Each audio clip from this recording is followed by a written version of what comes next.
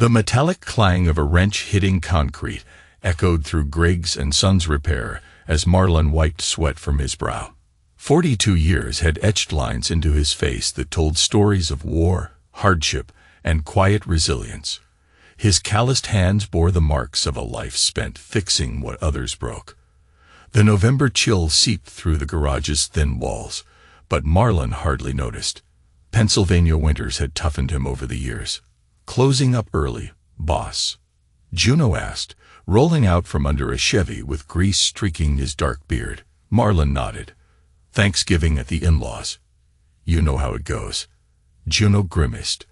They'd served together in Eric, had seen things that bound men for life. But even Juno dreaded the tales of Marlon's in-laws. Rather go back to Fallujah than deal with Glenn Beckett, Juno muttered, wiping his hands on a rag. A rare smile cracked Marlon's stoic expression. "At least in Fallujah, you knew who your enemies were." The shop stood as a testament to his father's legacy, modest but honest, just like the man himself. After Marlon's mother walked out when he was 8, it had been just him and Dad fixing cars and building a reputation for straight talk and fair prices. The army came later, then Lorna, then the kids. Now the shop was his anchor in a life that seemed increasingly unsteady. He locked up, patting the worn sign above the door. Griggs & Sons Repair. The and Sons part had been his father's stubborn optimism, even before Marlon was born. Now with Wesley at 14, the sign finally made sense, though his son showed more interest in computers than carburetors. Home was quiet when he arrived. Lorna's car wasn't in the driveway. Probably already at her parents', he thought, preparing for the annual display of forced family harmony. The house they bought 10 years ago was modest by Beckett standards, a 2-story colonial with just enough space for a family of 4. Inside, he found a note on the kitchen counter. "Took the kids early. Mom wanted help with preparations. Don't be late. Wear the blue sweater I bought you." No love, or even her name at the bottom. Just instructions, like he was another item on her to-do list. Marlon crumpled the note and tossed it in the trash. Their marriage had been cooling for years, but lately, it felt like the temperature had dropped below freezing. He showered, changed, and stared at the blue sweater laid out on the bed. It was expensive, designed to make him look like he belonged in the Beckett world. He put it on, knowing the battle wasn't worth fighting. The mirror reflected someone he barely recognized. A man dressed for someone else's life. The drive to Lancaster took 40 minutes. Each mile brought a tightening in his chest. The Beckett house appeared on the horizon like a small castle, 3 stories of brick and arrogance, with perfectly trimmed hedges and a circular driveway where luxury cars were already parked. Marlon pulled his 10-year-old Ford truck beside Gavin's gleaming BM boat and cut the engine. He sat for a moment, gathering himself for what was to come. Through the large front windows, he could see them all moving about, laughing, glasses of wine already in hand. His own family, Wesley and Clara, seemed smaller somehow in that setting, as if the grand house diminished them. He stepped onto the gravel driveway, the stones crunching under his boots. Before he could reach the door, it swung open to reveal Bonnie Beckett's surgically perfected smile. "Marlon, we were wondering if you'd make it." Her tone suggested she'd been hoping he wouldn't. "Everyone's inside. Do wipe your feet." The house smelled of expensive candles and roasting turkey. Family photos lined the walls. Beckett's at graduations, vacations, country club events. Despite 14 years of marriage, Marlon appeared in only one, tucked at the end of a hallway where guests seldom ventured. Voices drifted from the formal dining room. Lorna's laugh, a high-pitched one she used only around her family, rang out above the others. Marlon followed the sound. "Look who finally made it," Glenn Beckett announced when Marlon entered. The patriarch sat at the head of a table set with china that probably cost more than Marlon made in a month. "We were just discussing Gavin's new investment opportunity." Gavin raised his wine glass with a smirk. "Tech startup. Getting in on the ground floor. Could triple my investment by next quarter." "That's wonderful," Lorna said, not looking at Marlon. Wesley and Clara sat quietly, already trained in the art of Beckett dinner politics. They brightened when they saw their father. "Dad," Clara called out, her 12-year-old face lighting up. Lorna shot her a look. "Indoor voice, Clara." Marlon moved to hug his children, but Bonnie intercepted. "Dinner's almost ready. Lorna, help me with the sides." "Marlon, why don't you sit out in the garage?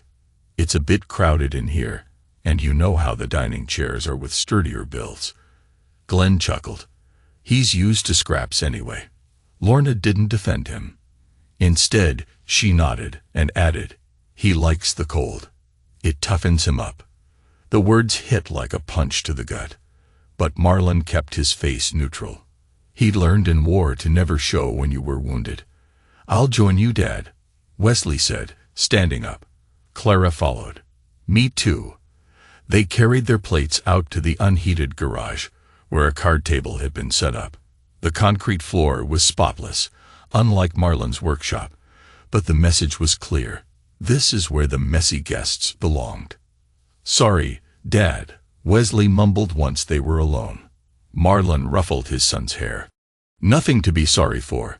I prefer honest company." They ate in relative silence, the sounds of laughter occasionally drifting from the main house. Neither Glenn nor Bonnie, and notably not Lorna, came to check on them. "Grandpa said your shop isn't doing well," Clara ventured after a while. "Is that true?" Marlon set down his fork. "Business has been slower, but we're fine. Don't worry. Mom said we might have to move to a smaller house," Wesley added quietly. This was news to Marlon. "Did she now?" Before the conversation could continue, the garage door opened. Evangeline, Gavin's 16-year-old daughter, slipped in, her plate half full. "Can I join the exiles?" she asked with a wry smile. "Pull up a chair," Marlon said. Evangeline sat, tucking her dark hair behind her ear. Unlike the other Becketts, she'd always been kind to Marlon. "They're talking about money again. I can't stand it." "Your dad seems excited about his investment," Marlon said neutrally. Evangeline rolled her eyes. "Dad's always excited about something. Last month it was cryptocurrency. Month before it was some wellness beverage company." She lowered her voice.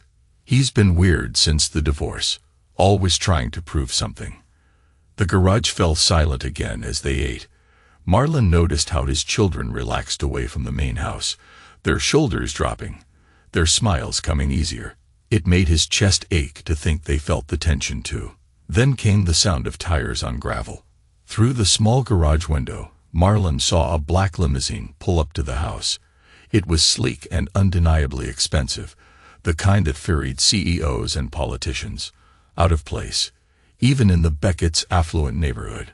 "Who's that?" Wesley asked, peering out. "No idea," Marlon replied. They watched as a woman emerged from the back seat. She was tall and elegant, dressed in a tailored suit that spoke of real money, not the striving, desperate kind that the Becketts aspired to. Her posture was military straight, her movements precise as she approached the front door. Curious, Marlon opened the garage side door. The children followed him out just as the front door of the main house opened. The Becketts spilled out onto the porch, confusion evident on their faces. The woman from the limousine stood at the bottom of the steps, her gaze sweeping over the assembled family before landing on Marlon. Her face showed a flicker of recognition. "Who owns this house?" she asked, her voice clear and authoritative. Glenn stepped forward, chest puffed out. "I do. Glenn Beckett." "And you are?" The woman ignored him, keeping her eyes on Marlon. "I'm looking for Marlon Griggs." Everyone turned to look at him. Marlon stepped forward, conscious of grease still under his fingernails despite his scrubbing. "That's me. My name is Ria Torelli. I have legal business with the actual owner of this property." She paused, letting her words sink in. "His name is Marlon Griggs." A collective gasp went up. Lorna, who had been standing with a wine glass in hand, went pale. The glass slipped from her fingers, shattering on the porch step. "What the hell are you talking about?" Glenn demanded. "This is my house. I've owned it for 20 years. Ria Torelli opened a sleek briefcase and removed a folder. "Perhaps we should discuss this inside, Mr. Griggs." Marlon, still trying to process what was happening, nodded as he moved toward the house. He caught sight of Lorna's face. For the first time in years, she was looking directly at him, her eyes wide with what could only be described as fear. The Beckett's living room felt suddenly small, with tension thick enough to cut. Ria Torelli sat across from Marlon, while the rest of the family hovered around him. Glenn remained standing, his face flushed with anger. "This is absurd," he spat. "I demand to know what this is about." Ria ignored him, focusing solely on Marlon. "Mr. Griggs, did you know a man named Eldon Torelli?" The name hit Marlon like a wave of memories. "Yes," he said quietly. "I knew Eldon. Would you mind telling me how?" Ria asked. Marlon felt all eyes on him. "It was about 7 years ago. I was driving home late from a job and saw a car broken down on Road 30. An older gentleman was trying to flag down help, but no one was stopping. I pulled over. The room was silent now, even Glenn temporarily stunned into silence. The car was a Bentley. Battery was dead. Simple fix. I jumped it for him, but he seemed, I don't know, lost somehow. Said his driver had fallen ill, and he tried to drive himself home. He offered to pay me, but I refused. And then," Ria prompted, "he asked for my name and number. Said if he ever needed repairs he'd call. A week later, he did. After that, I'd go out to his place every few months, check his cars, do basic maintenance." Lorna stepped forward. "You never told me about this." Marlon looked at her. "You never asked what I did with my time." The words hung in the air, a simple truth that laid bare the state of their marriage. "Eldon was my uncle," Ria explained. "He passed away 3 months ago." "I'm sorry to hear that," Marlon said, and he meant it. The old man had been kind, interesting to talk to. They shared stories of war, Eldon from Vietnam, Marlon from Iraq. Sometimes, they just sat in his massive garage, drinking coffee in companionable silence. In his will, Ria continued, Uncle Eldon left specific instructions regarding his estate. A significant portion of his real estate holdings and liquid assets were to be transferred to you, Mr. Griggs. The room erupted. "This is preposterous," Glenn shouted. "Dad never mentioned any billionaire friend," Wesley said, eyes wide. Gavin laughed nervously. "This has to be a mistake." Ria calmly opened her folder and removed a document. "This is a copy of the deed to this property, which was part of my uncle's portfolio. He purchased it 20 years ago through a holding company and leased it to Glenn and Bonnie Beckett." "That's a lie," Glenn sputtered. "I bought this house outright." "You made payments to Torelli Holdings," Ria corrected. "The company my uncle used for his real estate investments. You never owned this house, Mr. Beckett. You've been renting it for 2 decades, believing it was a rent-to-own arrangement." Bonnie collapsed onto a chair, her perfect facade cracking. "That's not possible. I have all the documentation here," Ria said, unmoved. "Upon my uncle's death, ownership of this property transferred to Mr. Griggs, along with 14 other properties and approximately $62 million in various investments." The number hit the room like a bomb. 62 million. Marlon felt dizzy. Why would he do this? Marlon asked quietly. Ria's professional demeanor softened slightly. "Uncle Eldon had no children, no family except for me. And I was already well provided for. He left a letter explaining his decision." She handed Marlon an envelope. "He said you were the only person in years who helped him without wanting something in return." Marlon stared at the envelope, unable to open it with everyone watching. He tucked it into his pocket. "This is a scam," Gavin declared. "We should call the police." "By all means," Ria replied coolly. My legal team would be happy to present all documentation to the authorities, including the fact that the Becketts have been falsely claiming ownership of this property on tax documents for years. Glenn went from red to white in seconds. Now wait just a minute. As the new owner, Rhea continued, addressing Marlon, you have certain decisions to make, particularly regarding the current occupants. The implication was clear. Marlon could evict the Becketts, his in-laws, his wife's parents, the people who had looked down on him for 14 years, who had relegated him to the garage on Thanksgiving. He looked at Lorna, who stared back with an expression he couldn't quite read. Was it fear? Calculation? For the first time, he wondered if she'd ever really loved him at all. I need some air, Marlon said, standing abruptly. Outside, the November air bit at his face, but it felt good, clarifying. He stood on the immaculate lawn, staring up at the house. His house now, apparently, and tried to make sense of what was happening. Footsteps approached from behind. He expected Lorna, but it was Wesley and Clara who appeared at his side. Dad, Wesley's voice was uncertain. Is it true? Are we rich now? Marlon put an arm around each of his children. I don't know exactly what we are right now, buddy, but we'll figure it out together. Clara leaned against him. Does this mean we don't have to sit in the garage anymore? A laugh escaped him, surprising in its genuine warmth. No more garage dinners, that's for sure. Inside the house, he could see the Becketts in frantic conversation, Rhea standing apart with her professional calm intact. Lorna paced, running her hands through her hair in a way he hadn't seen in years. It was the gesture of the young nurse he'd fallen in love with, before the Beckett polish had covered over her realness. What are you going to do? Wesley asked. Marlon took a deep breath.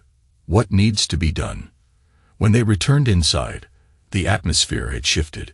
Glenn and Bonnie sat huddled together on the couch, their earlier bombast deflated. Gavin stood by the window, phone in hand, furiously texting. Evangeline watched the proceedings with undisguised fascination. Lorna approached Marlon, her voice low. We need to talk. Privately. Later, he said. Right now, I need to speak with Rhea. The dismissal was gentle but firm. Lorna stepped back, a flicker of something, respect, in her eyes. Rhea was gathering her documents when Marlon approached. I imagine this is overwhelming, Mr. Griggs. Take your time. All the paperwork is in order, and my team is at your disposal. Thank you, Marlon said. Then he turned to face the Becketts, his in-laws, his betrayers. Lorna, he said, his voice steady. Your parents need to pack. This house isn't theirs anymore. Bonnie gasped. You can't just throw us out. We're family. Family, Marlon repeated. Family doesn't banish each other to the garage. Family doesn't mock someone's livelihood or treat them like dirt. Glenn stood shakily. Now see here, Marlon. We can work something out. We've always treated you fairly. No, Marlon cut him off. You haven't. But that doesn't matter now. Lorna stepped forward, eyes suddenly wet with tears. Marlon, please. Think of the kids. They'll come with me, he said simply. You made your choice long ago, Lorna. Every time you stayed silent when your father insulted me. Every time you chose them over us. The room fell silent. Even Gavin had stopped texting. I'll give you 30 days, Marlon continued, addressing Glenn and Bonnie. That's more generous than you deserve, but it's the right thing to do. And where are we supposed to go? Bonnie asked, her voice breaking. That's not my problem, Marlon replied, not unkindly but firmly. You've had plenty of time to save up, considering you haven't been paying a mortgage all these years. He turned to Rhea. I'd like to see the rest of the documentation when it's convenient. For now, my children and I are going home. Wesley and Clara stood by the door, wide-eyed but standing tall. Evangeline gave them a small, encouraging smile. As they walked out, Lorna called after him. Marlon, wait. We need to talk about this. He paused but didn't turn around. We will. But not today. In the truck, driving away from the Beckett's house, his house now, Marlon felt something he hadn't experienced in years. Peace. The road ahead was uncertain, but for the first time in too long, he was the one in control. "Dad," Clara asked from the backseat, "are you and Mom getting divorced?" The question hung in the air. Marlon looked in the rearview mirror, seeing his daughter's serious eyes. "I don't know yet," he answered honestly. "But whatever happens, you two are my priority. Always." Wesley nodded slowly. "Good, because you didn't yell. You didn't cry. You just handled it. That was pretty cool, Dad." Marlon reached over and squeezed his son's shoulder. Then he drove on, leaving the Beckett world behind, the taste of something like freedom on his tongue. Marlon sat in a sleek downtown office, feeling out of place despite his new suit. Across the massive desk, Rhea Torelli reviewed documents with focused efficiency. 2 weeks had passed since Thanksgiving, and his life had transformed into something unrecognizable. "The transfer of the remaining properties is proceeding smoothly," Rhea said, not looking up from her tablet. "There's some paperwork for the offshore accounts, but nothing complicated." Marlon nodded, still struggling to comprehend the extent of his inheritance. "I appreciate your help with all this.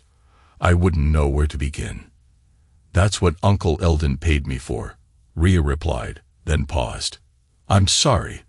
That sounded cold. The truth is, I'm glad to do it. Uncle Eldon had good judgment in people. He didn't give second chances often. But when he did," she trailed off, and Marlon filled the silence. "How did you find me?" "After he died, he left detailed instructions. The will was explicit. Find Marlon Griggs, owner of Griggs & Sons Repair.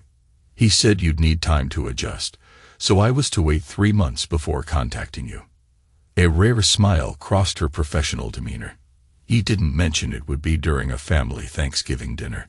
"Your timing was dramatic," Marlon admitted. "So I gathered." Rhea set aside her tablet. "Have you read his letter yet?" Marlon touched his jacket pocket, where the envelope still resided. "Not yet. You should. It might help you understand." She hesitated. "Have you decided what to do about your wife?" The question was direct, but Marlon had come to appreciate Rhea's straightforwardness.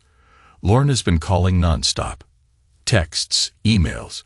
She wants to work things out." "And you?" Marlon stared out the window at the city below. "I'm not sure there's anything to work out." Before Rhea could respond, her assistant buzzed through the intercom. "Miss Torelli, there's someone here insisting on seeing Mr. Griggs. A Mrs. Griggs. She's quite persistent." Rhea raised an eyebrow at Marlon. "Your call." Marlon sighed. "Let her in. Might as well get this over with." When Lorna entered, Marlon barely recognized her. Gone was the polished Beckett daughter, replaced by someone who looked like she hadn't slept in days. Her hair was pulled back hastily, her clothes wrinkled. "Marlon," she breathed. "I've been trying to reach you." "I've been busy," he replied, not rising from his chair. Lorna glanced at Rhea. "Could we have a moment alone?" "Ms. Torelli stays," Marlon said firmly. "Anything you have to say can be said in front of her." Lorna's jaw tightened, but she nodded. "Fine." "Marlon, what are you doing to my parents?" "It's cruel. They're older. They have nowhere to go. They have 3 weeks left to figure it out." Marlon cut in. "And they're hardly destitute. Your father's law practice does well enough. They've lived in that house for 20 years. All their memories. Memories of looking down on others. Of treating people like they're beneath them." Marlon shook his head. "I'm not interested in preserving that legacy." Lorna's voice lowered to a desperate whisper. "What about our marriage? Our family? We can work through this, Marlon. I've been struggling with depression. It affected my judgment." "Stop." Marlon's voice was quiet but firm. "Don't lie to me, Lorna. Not anymore." Tears welled in her eyes. "I'm not lying. I need help, Marlon. I need you." "You need my money," he corrected. "The money changes everything," doesn't it? That's not fair, isn't it? Marlon leaned forward. Where was this concern for our marriage last month? Or the month before? When was the last time you looked at me? Really looked at me? Before you found out I was worth millions. Lorna fell silent, tears streaming down her face. The kids told me you were planning to move to a smaller house, Marlon continued. Why would that be necessary if we weren't having financial problems? It was just an idea, a way to save money. Or preparations for a divorce. Marlon's calm was unnerving. Were you planning to leave me, Lorna? After Thanksgiving? Her silence was answer enough. Miss Torelli, Marlon said, could you give us a minute? Actually private this time. Rhea nodded and stepped out, closing the door behind her. When they were alone, Marlon finally removed the envelope from his pocket. I read Eldon's letter last night. Lorna watched as he unfolded a single sheet of paper. He wrote that he'd been watching me for years. Not just when I visited, but other times too. He had people keeping an eye on me, making sure I was the man he thought I was. Marlon's voice was devoid of emotion. He mentioned seeing my wife at Riverside Plaza 3 months ago, having lunch with her brother. They seemed very interested in some documents. Lorna went pale. What are you talking about? Bank statements, Lorna. For a joint account I never opened. Marlon set the letter down. Eldon had his people look into it. They found 3 accounts in our names that I never signed for. Money was moving from my business into those accounts, then disappearing. Marlon, I can explain. Gavin helped you forge my signature, didn't he? Set up accounts to siphon money from the shop. Marlon's voice remained steady. How long were you planning to leave me? How much did you take? Lorna's tears stopped abruptly. Her face hardened. What was I supposed to do? Stay married to a mechanic forever? Watch my brother and my friends move up while we stayed stuck in that little house? You have no ambition, Marlon. No vision. The truth, finally. It should have hurt more, but Marlon felt only a dull confirmation of what he'd already suspected. The business was failing. Lorna continued, a note of defiance entering her voice. I was securing our future. My future. The kids' future. By stealing from me. By taking what I deserved after 14 years of marriage. She snapped. Do you know what it's like being married to someone so ordinary? Someone my parents constantly remind me could have been so much more if he just tried. Marlon studied his wife, seeing her clearly for the first time in years. You never loved me, did you? Not really. Lorna's anger faltered. I thought I did, at first. You were different. Solid. After all the rich boys who just wanted to play, you seemed real. But not enough. Not for the life you wanted. She straightened, composing herself. So what happens now? You divorce me and take the kids. That depends on what else you've been doing, Marlon said. How deep does this go, Lorna? Is it just the accounts? Or is there more? A flicker of fear crossed her face. I don't know what you mean. I think you do. Marlon stood. Miss Torelli has a team investigating every aspect of my finances now. They'll find whatever's there. Better if it comes from you first. Lorna seemed to calculate her options, her mind visibly working. Finally, she said, I need a drink of water. There was a pitcher on the side table. As Lorna moved across the room, Marlon watched her. The way she walked, the way she held herself. It was all performance, he realized. Had always been. If I tell you everything, she said quietly, will you be reasonable about the divorce? About the kids? I'll be fair, Marlon replied. I won't be manipulated. Lorna nodded, seeming to accept this.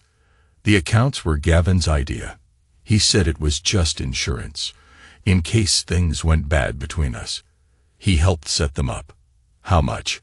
About 30,000 over 2 years. Marlon absorbed this. His business had been struggling, and now he knew part of the reason why. What else? He pressed.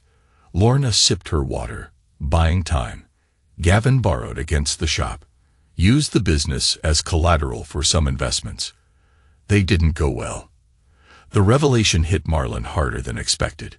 You put my father's business at risk for Gavin's get-rich-quick schemes. They weren't schemes. They were opportunities. Lorna's defense was weak, even to her own ears. Anyway, it doesn't matter now, does it? You're rich. You can pay it all off. Marlon stared at her, amazed by her audacity. Get out, Lorna. Get out now before I say something I'll regret. Lorna hesitated, then gathered her purse. At the door, she paused. What about the kids? They're staying with me for now. We'll work out formal arrangements through lawyers. Your parents have 3 weeks. Not a day more. After she left, Marlon remained standing, processing everything. When Rhea returned, she found him gazing out the window. Are you all right? She asked. No, he answered honestly, but I will be. He turned to face her. I need to see exactly what they've done to my business, and then I need to fix it. Rhea nodded. My team is already on it. But Marlon, you should know, with what you've inherited, you don't need to worry about the shop anymore. You can start fresh, do anything you want. Marlon shook his head. That shop was my father's. It's mine. And someday it might be my son's, if he wants it. I won't let them take that from me. Understood. Rhea's professional demeanor returned. In that case, we have work to do. The next week wrought revelations that would have broken a lesser man. Gavin had indeed borrowed heavily against Griggs and Sons, using forged documents and Lorna's assistance. The loans totaled nearly $200,000. Money that had been poured into a series of failing investments. The shop was on the verge of bankruptcy, a fact Lorna had hidden from Marlon for months.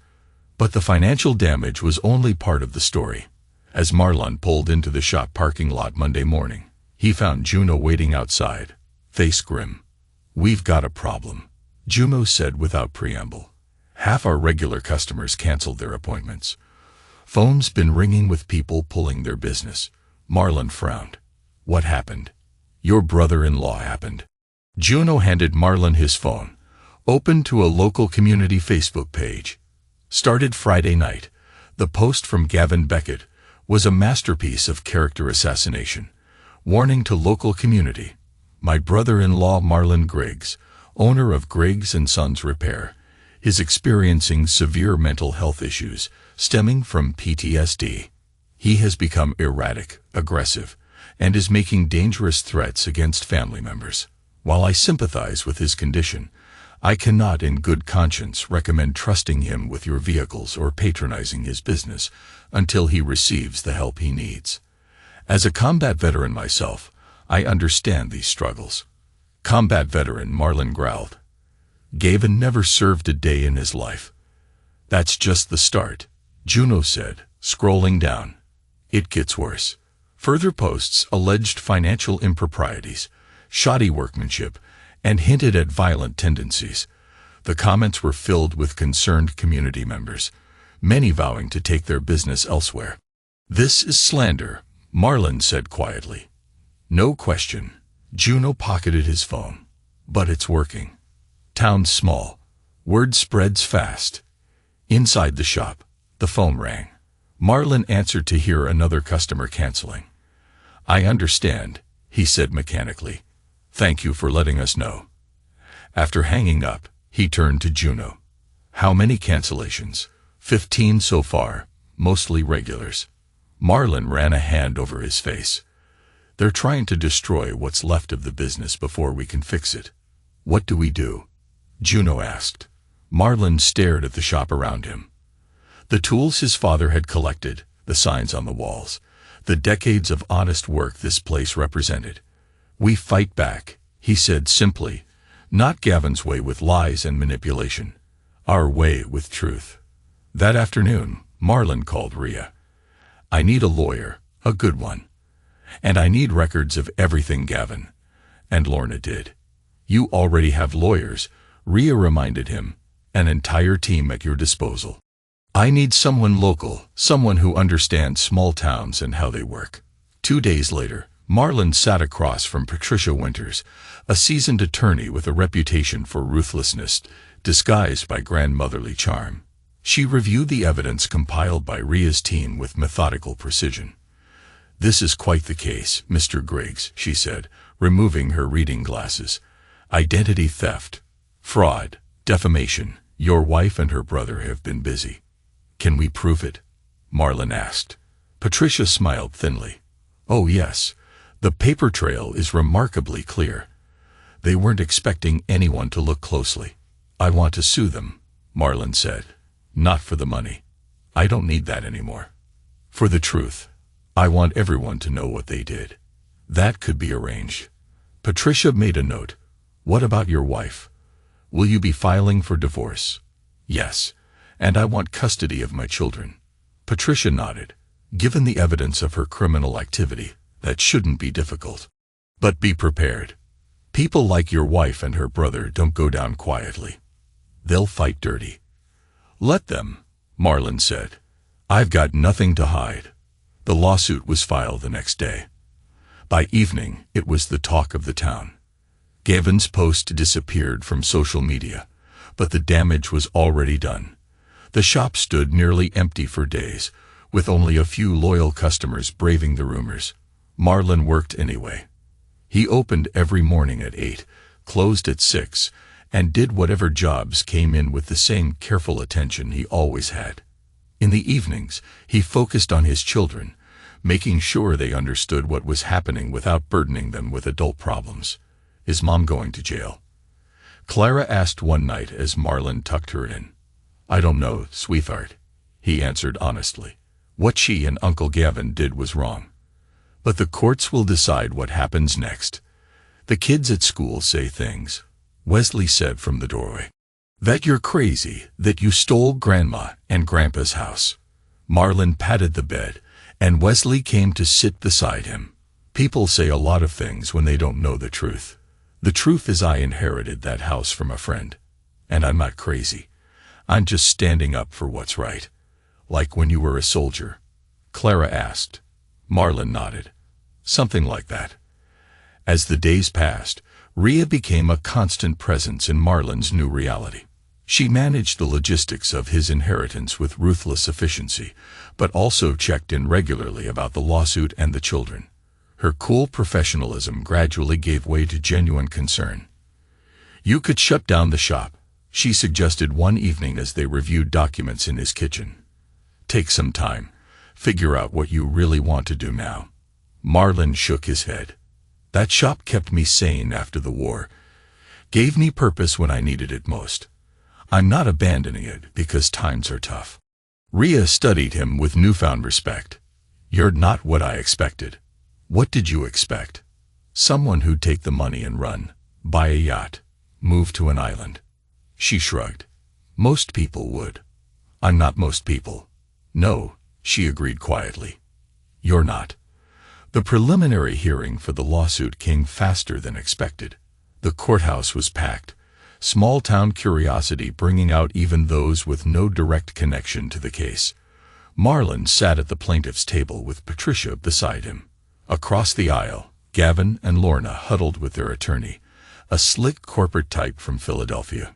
Judge Hanson, a stern woman in her 60s with a reputation for no-nonsense rulings, called the court to order. "Before we begin," she said, "I want to be clear that I've reviewed the evidence submitted by both parties, and I'm deeply troubled by what I've seen. This case involves serious allegations that go beyond civil matters into potential criminal territory." Patricia rose. "Your Honor, my client is primarily concerned with clearing his name and securing the future of his business. While we believe criminal charges may be warranted, we're focused today on the civil aspects of this case." The judge nodded. "Very well, proceed." What followed was a methodical dismantling of Gavin and Lorna's actions. Patricia presented bank records, forged signatures, loan documents, and time-stamped screenshots of Gavin's defamatory posts. She called witnesses who testified to the sudden whisper campaign against Griggs and Sons. When it was the defense's turn, their strategy became clear: paint Marlon as unstable, cast doubt on the inheritance, and portray Lorna as a concerned wife trying to protect family finances from her husband's poor decisions. Mr. Griggs suddenly comes into millions from a mysterious benefactor no one had heard of before, their lawyer argued, then immediately turns against his family. This is clearly a man experiencing some kind of break from reality. Murmurs ran through the courtroom. Marlon remained stoic, but inside, doubt crept in. Would people believe this narrative? Then Patricia called her final witness, Rhea Torelli. Rhea took the stand with the same composed authority she brought to everything. Under oath, she detailed her uncle's relationship with Marlon, the legal documentation of the inheritance, and the investigation that had uncovered Lorna and Gavin's financial schemes. Miss Torelli, Patricia asked, in your professional capacity overseeing significant estates, have you ever encountered a situation like this before? Yes, Rhea replied. Unfortunately, sudden wealth often reveals who people truly are. In my experience, those who were dishonest before money entered the picture rarely become honest after. When the defense tried to cross-examine her, Rhea's answers were precise and devastating. She referred to specific dates, documents, and legal statutes with such authority that even the judge seemed impressed. At the end of the day, Judge Hanson made her ruling. Based on the evidence presented, I find clear and convincing proof of fraud, identity theft, and deliberate defamation. Mr. Beckett's social media posts were malicious attempts to destroy Mr. Griggs' reputation and business. She turned a stern gaze on Gavin. I am referring this matter to the district attorney for potential criminal charges. Gavin paled visibly. Lorna clutched the table edge. As for the civil matters, the judge continued, I am granting Mr. Griggs' request for a restraining order against both defendants. Mr. Beckett is ordered to publish a full retraction of his false statements. Both defendants are prohibited from making any further public statements regarding Mr. Griggs or his business. She banged her gavel. Court is adjourned. Outside the courthouse, reporters from local papers clustered around. Marlon, unused to attention, kept his comments brief. All I wanted was the truth, he told them. Now people know it. As they walked to the parking lot, Rhea beside him, he spotted Lorna standing alone by her car. Their eyes met across the distance. For a moment, he saw the woman he'd once loved, vulnerable, human. Then her gaze hardened, and she turned away. Are you okay? Rhea asked quietly. Marlon nodded. Better than I've been in a long time. That night, after the children were asleep, Marlon sat on his back porch, looking at the stars. The old envelope with Eldon's letter lay open in his lap. One line kept coming back to him. You helped me when no one else would, asking nothing in return. That kind of decency is rare in this world. It deserves to be rewarded. Simple words that had changed everything. Not just his financial situation, but his understanding of himself and the people around him. The back door opened, and Wesley stepped out, wrapped in a blanket against the December chill. Can't sleep? Marlon asked. Wesley shook his head. Heard some kids talking after school about Mom. They said she might go to jail. Marlon sighed. It's possible. What she and Uncle Gavin did was against the law. Do you want her to? The question was direct, honest in the way only children can be. Marlon considered his answer carefully. What I want is for actions to have consequences, he said finally. Good or bad? Your mom made choices that hurt people. She needs to face those consequences, whatever they are. Wesley absorbed this. You didn't yell in court today. Everyone else was getting all worked up, but you just sat there. Like you knew it would be okay. Marlon smiled slightly. I wasn't sure it would be okay. But getting worked up wouldn't have helped. Is that from being a soldier? Partly. Marlon looked at his son, seeing himself at 14. Confused, trying to understand the adult world. In war, you learn that panic gets people killed. You stay calm. You think clearly. You do what needs to be done. Wesley nodded slowly. I like that. Doing what needs to be done. They sat in companionable silence for a while. just father and son under the winter sky. "Dad," Wesley asked eventually, "what happens now?" Marlon put an arm around his son's shoulders. "Now we rebuild. The shop, our lives, everything. Together." It was a promise he intended to keep. The for sale sign on the Beckett house went up in early January. Marlon had given Glenn and Bonnie their 30 days, then an additional 2 weeks when Bonnie had called in tears begging for more time. But by mid-January, they were gone, relocated to a rental property half the size of their previous home. Marlon stood in the empty house, footsteps echoing on hardwood floors. Despite its grandeur, it felt hollow, devoid of warmth.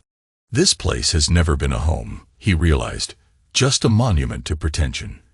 "What do you think?" Rhea asked, standing beside him in the cavernous living room. "I think I never want to live here," Marlon replied. "You could sell it. Property values in this neighborhood are excellent." Marlon nodded. "That's the plan. Use the money for something that matters." In the 2 months since Thanksgiving, his life had transformed in ways he could never have imagined. The lawsuit had concluded with a decisive victory. Gavin, facing criminal charges for fraud and identity theft, had fled to Florida, abandoning his daughter, Evangeline, and what remained of his reputation. Lorna had avoided jail time by cooperating with authorities, but had lost her nursing license and her standing in the community. The divorce proceedings were underway, with Marlon granted temporary full custody of Wesley and Clara. Lorna was permitted supervised visitation, visits that grew increasingly tense as the children's loyalty clearly lay with their father.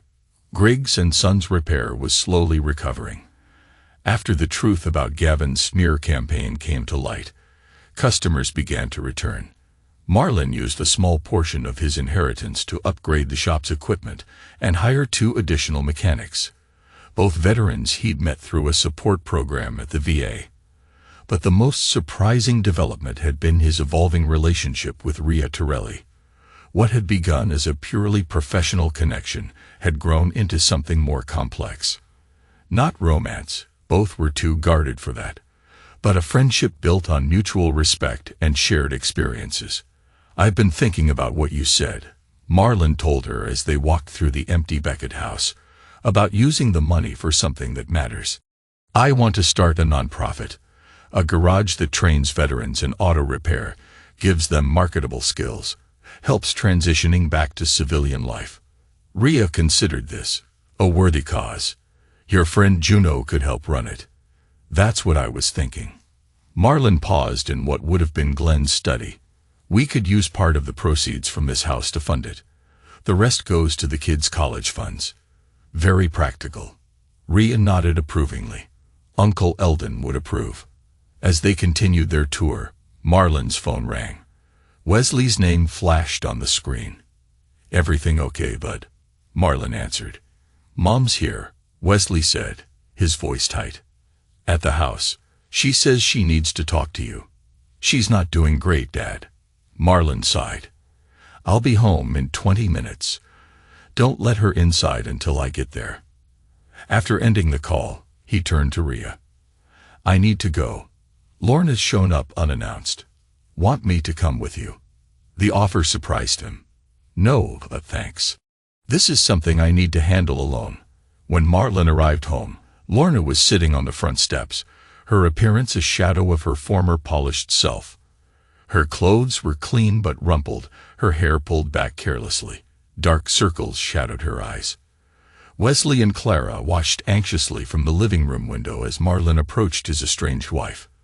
"This isn't your scheduled visitation day," he said, keeping his distance. Lorna looked up, her eyes red-rimmed. "I got evicted. My apartment. I couldn't make the rent." Marlon absorbed this. "What about your parents?"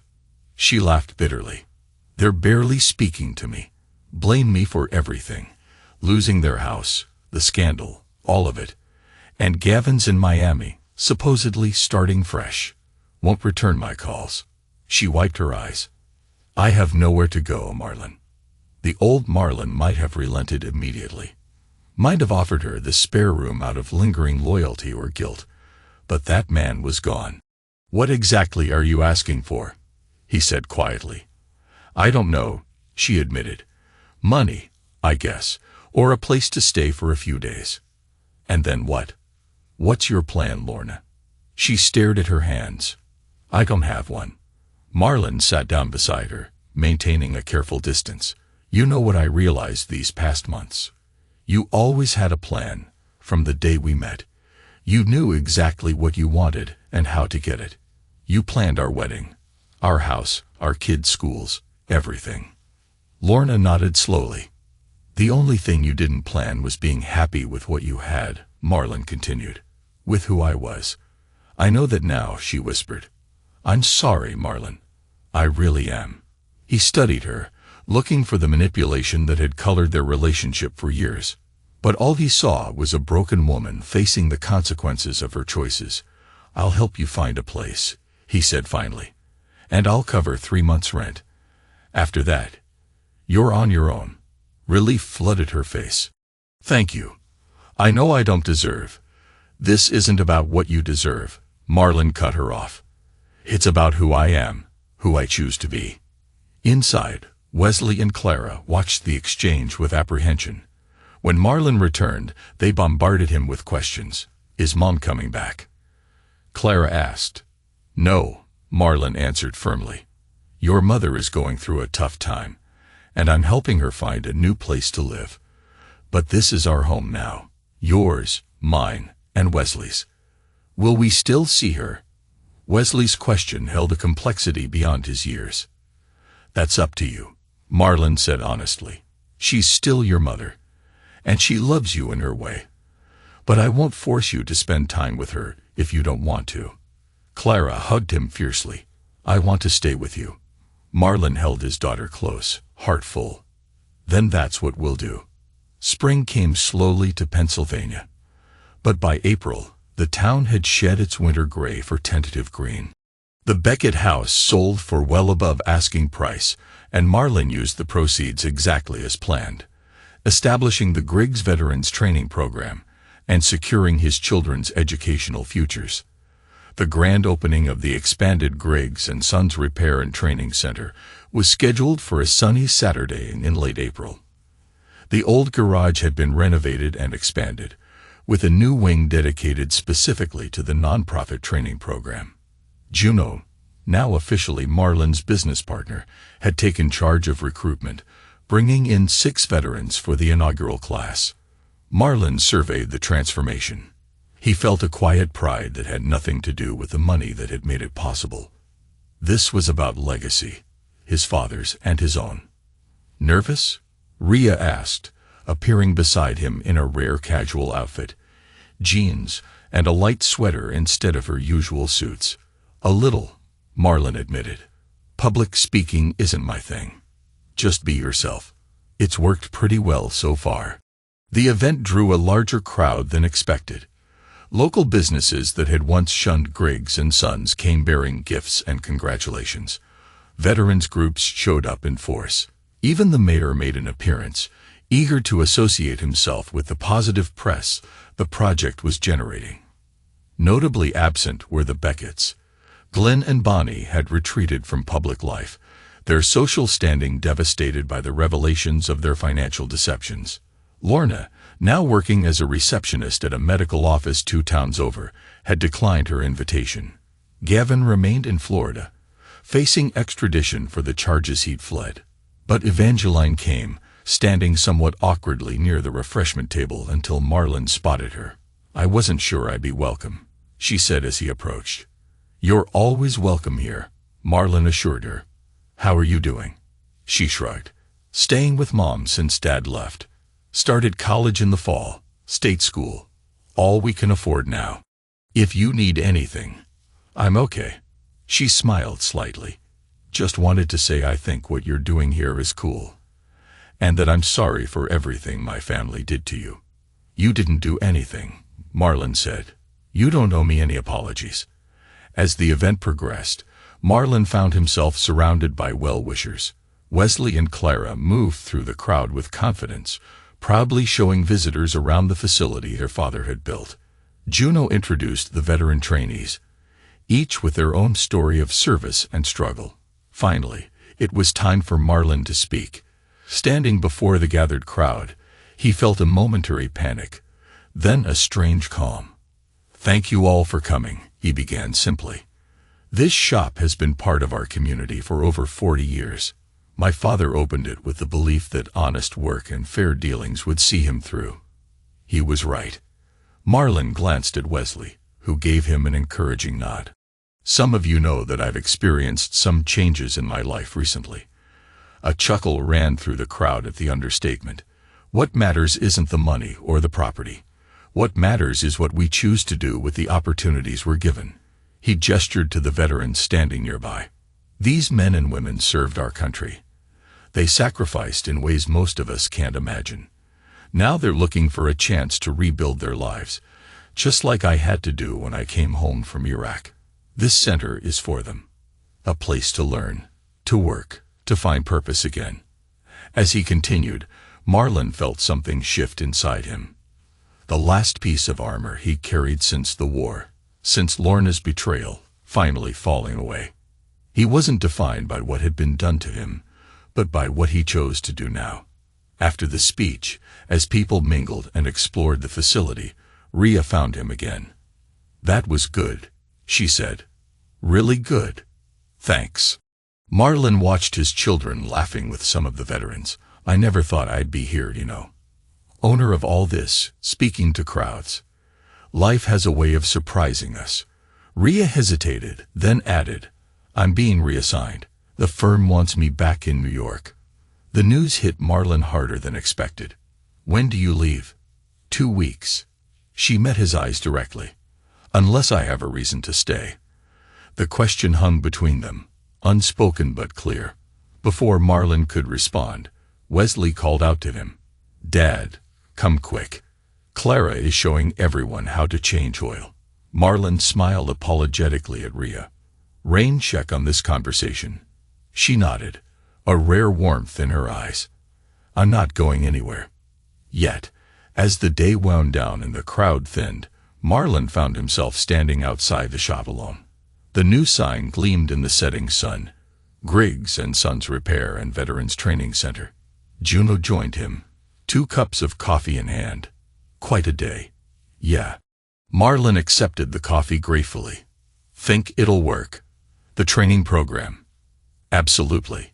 Already got a waiting list for the next class."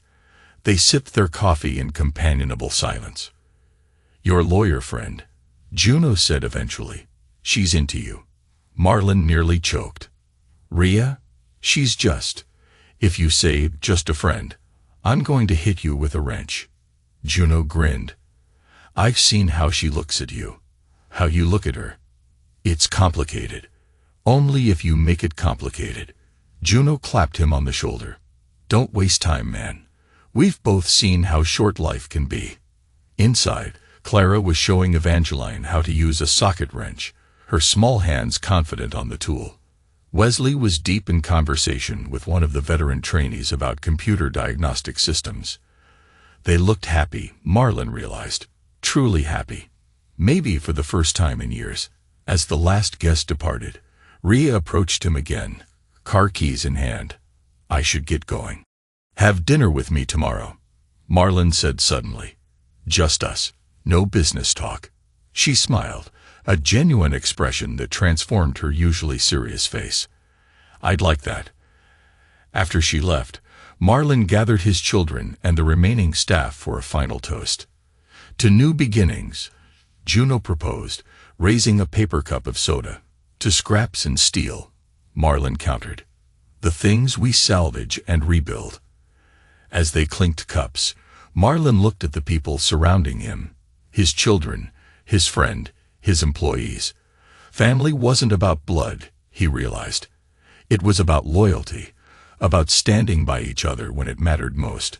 Outside, the spring evening settled over the town. In his pocket, Marlon carried Eldon's letter, a reminder that kindness sometimes returned in unexpected ways. He thought of the road ahead, raising his children, growing the business, exploring whatever this thing with Rhea might become.